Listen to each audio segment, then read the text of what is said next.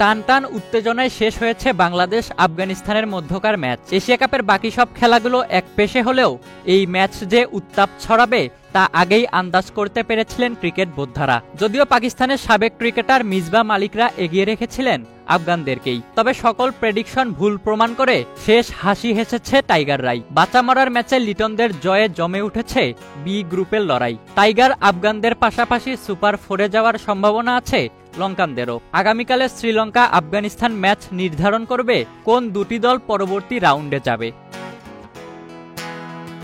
2019 one day বিশ্বকাপে তখনকার আফগান অধিনায়ক গুলবাদিন নাইব বলেছিলেন তারা ডুবলে বাংলাদেশকে নিয়েই ডুববে।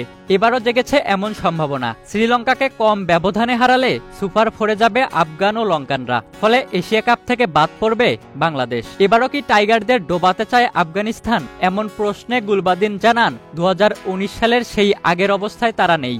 এই সময়ের মাঝে আফগানরা অনেক কিছুই অর্জন করেছে। দেখুন, প্রত্যেকটা দিন একটা নতুন দিন। অতীতে আপনি কি করেছেন কিংবা কি অর্জন করেছেন সেটার দিকে তাকাতে পারবেন না। প্রত্যেকটা দিনই চ্যালেঞ্জিং। আপনি যদি আমাদের ক্রিকেট দেখেন, আমরা এখন আর 2019 সালের অবস্থায় নেই। আমাদের জন্য নতুন একটা স্টেজ। আমরা অনেক কিছু অর্জন করেছি। আমাদের ক্রিকেট বোর্ড ভারত কিংবা অস্ট্রেলিয়ার বোর্ডের মতো নয়, কঠিন একটা সিচুয়েশন, এবং আমরা এরকম সিচুয়েশন পছন্দ করি। আমরা এমন সিচুয়েশনের সঙ্গে বেশ পরিচিত। এরকম কঠিন সিচুয়েশন ফেস করতে আমরা ভালোবাসি। আপনি যদি আমাদের ক্রিকেট ইতিহাস দেখেন, আমরা কোথায় ছিলাম আর এখন কোথায় আছি, দুটো সময়ের অনেক পার্থক্য।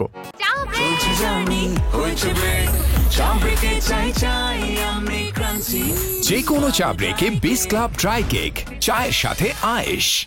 এই ম্যাচে বাংলাদেশ ব্যাটিংয়ে প্রথম 6 ওভারেই কোনো উইকেট না হারিয়ে তোলে 59 রান, আর বোলিংয়ে পাওয়ার প্লেতে 27 রানে আফগানদের 2 উইকেট নেয় টাইগাররা। আর তাই নাইব বলছেন প্রথম 6 ওভারেই ম্যাচ হেরে গেছেন তারা।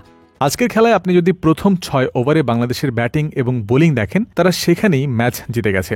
এছাড়া কিন্তু আমরা ভালো ক্রিকেট খেলেছি। একটা সময় স্কোরবোর্ড দেখে মনে হচ্ছিল আমরা 120 রানও করতে পারবো না, তারপর আমরা মাত্র 8 রানে হেরেছি। বাংলাদেশ যেভাবে ব্যাটিংয়ে ও বোলিংয়ে প্রথম 6 ওভার খেলেছে, তাদেরকে সেটার কৃতিত্ব দিতে হবে। শ্রীলঙ্কা আফগানিস্তান ম্যাচের ওপর নির্ভর করবে বাংলাদেশ সুপার 4-এ খেলবে কিনা। তবে শ্রীলঙ্কা ম্যাচটি জিততে চাইলেও তারা চাপে থাকবে, এমনটাই দাবি করেছেন নাইব।